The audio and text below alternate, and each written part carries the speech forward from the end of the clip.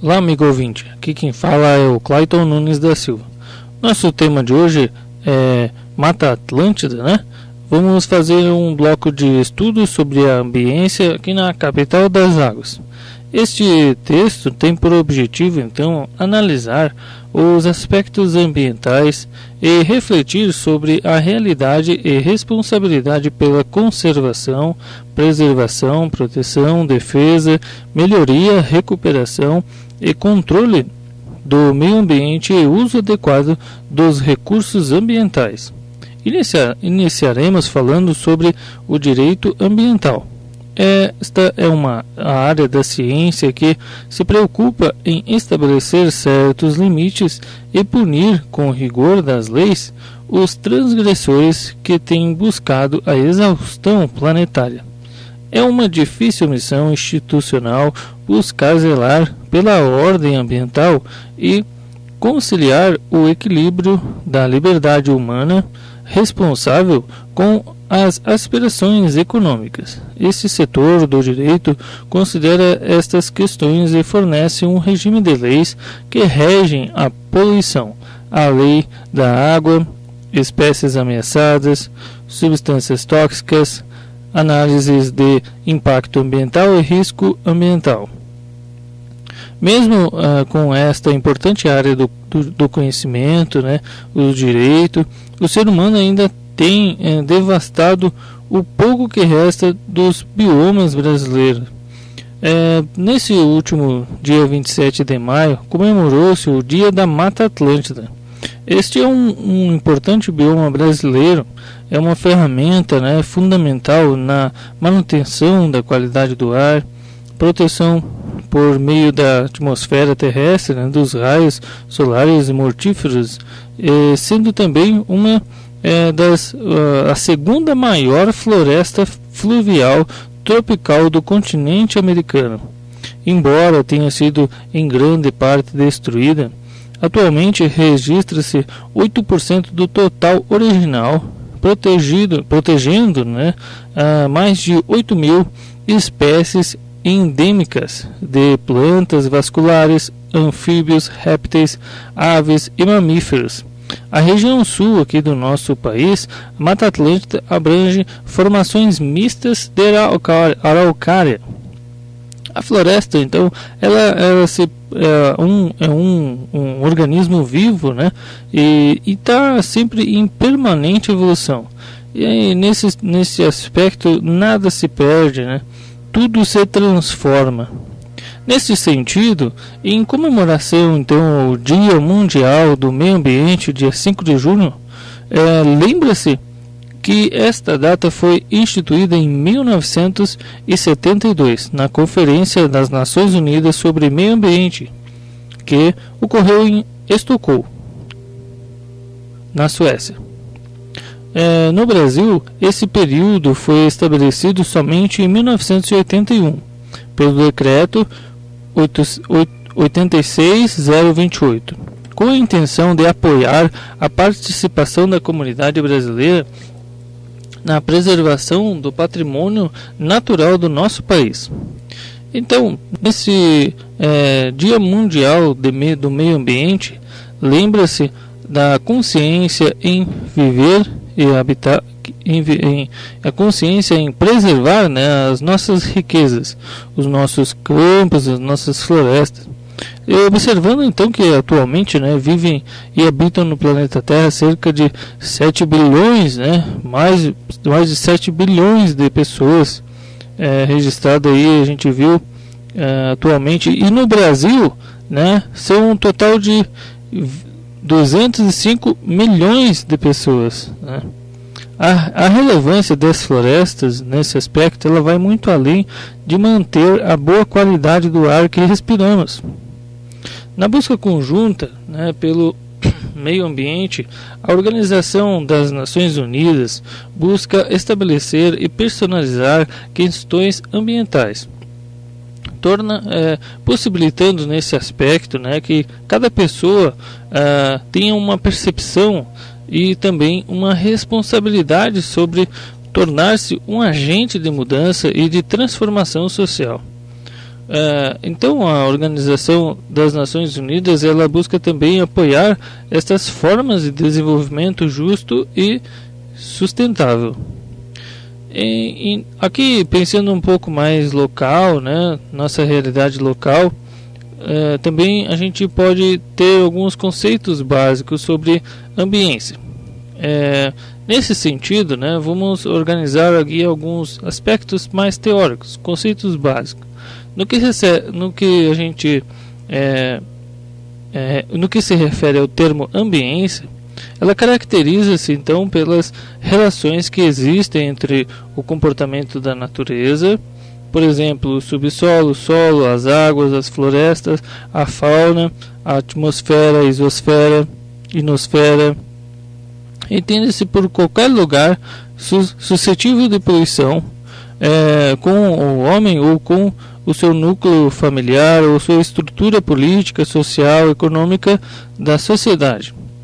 No mundo moderno, né, ao a gente analisar esses aspectos da ambiência, temos que identificar alguns detalhes fundamentais que são a classificação da ambiência em sua verticalidade e horizontalidade. No que se refere à ambiência vertical, ela atinge aproximadamente 1000 km acima da litosfera e aproximadamente 200 metros abaixo do nível médio dos oceanos e mares. Observa-se que todo esse espaço é suscetível de poluição, resultante de muitas variáveis, pelo homem. Na atmosfera, a poluição ocorre por partículas sólidas, líquidas ou gasosas. Mais acima, fora da atmosfera, a poluição se dá por satélites desativados e partes dos mesmos. Até 200 metros de profundidade de penetração máxima da luz solar na água, a vida é mais ativa nos oceanos e mares, com predomínio de peixes, algas, moluscos e outros. Estas áreas, a poluição é um pouco bem mais efetiva e conhecida de todos, principalmente pelas constantes deságuas nos rios contaminados, descarga de usinas e fábricas, agrotóxicos, esgotos e outros tipos de lixos dos mais variados tipos. E no que se refere à ambiência horizontal, esta ocupa toda a área rural e urbana, portanto toda a superfície da litosfera, e avança para os oceanos até 200 milhas náuticas, e é o valor conhecido por fronteira marítima das nações. Pretende-se que nesse aspecto mais voltado à análise horizontal, é suscetível a diferentes tipos de poluição. Também apresenta grande relevância por toda a forma de energia produzida no meio rural, por exemplo, a água, eletricidade, alimentos e outros que abastecem o meio urbano, ao qual é dependente direto, né? Outros aspectos econômicos associados ao meio ambiente, lembra que o modelo, né, que a economia verde a gente pode citar, que é aquela que resulta em melhoria do bem-estar humano e da equidade social, ou ao mesmo tempo que reduz significativamente os riscos ambientais e a escassez ecológica. Nesse sentido, articulando com a agricultura familiar, pode-se ter uma ideia oposta para a economia. Uma ideia, né, uma boa proposta, nesse caso, para o setor da agricultura familiar. Mas a gente aqui observa que não é em qualquer condição, pois existem algumas restrições. Porque mesmo se a gente fosse avaliar, mesmo a agricultura familiar, ela por exemplo, né, ela pode, se não utilizando, né, de maneira inteligente, ela pode prejudicar e aí ser insustentável ambientalmente, né? Pois a gente pode observar a exploração exaustiva dos recursos naturais, o que pode ocorrer no minifúndios, né? E de modo geral, aqueles que têm uma pouca disponibilidade da terra. Por fim, então, ressaltamos que atualmente são muitas as cidades que têm investido no sistema municipal de meio ambiente, que integra diferentes setores da comunidade. Em outros municípios, né, projetos que tem bastante projetos e que tem buscado um sistema integrado de monitoramento ambiental, que eles nesse aspecto eles utilizam muito essas tecnologias de ponta, né? Corpo técnico interdisciplinar, multidisciplinar, para a execução dessas ações de proteção, vigilância, também monitoramento ambiental, né? E nesse aspecto eles buscam, normalmente esses projetos buscam o processo de desenvolvimento urbano, econômico e social, no intuito de estimular, né, as necessidades, estimular então também entender melhor esses processos ambientais para intervir, né, de maneira futura em favor, né, buscando sempre a sustentabilidade dos recursos naturais. Aqui, um pouco mais local, em Bom Jardim da Serra, né, considerada a capital das águas, tem disposto inúmeras reuniões e estratégias para definir-se planos cooperativos entre diferentes instituições, a fim de atuarem nas questões urgentes do município, no que se diz respeito à ambiência urbana e rural.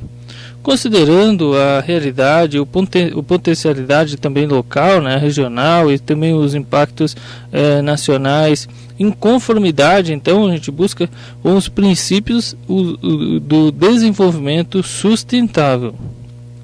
Nesse aspecto a gente fortalece a ideia da relevância da escola ou do sistema de ensino como parte fundamental da consciência dos princípios sustentáveis, né, e maneiras de viver com mais qualidade ambiental.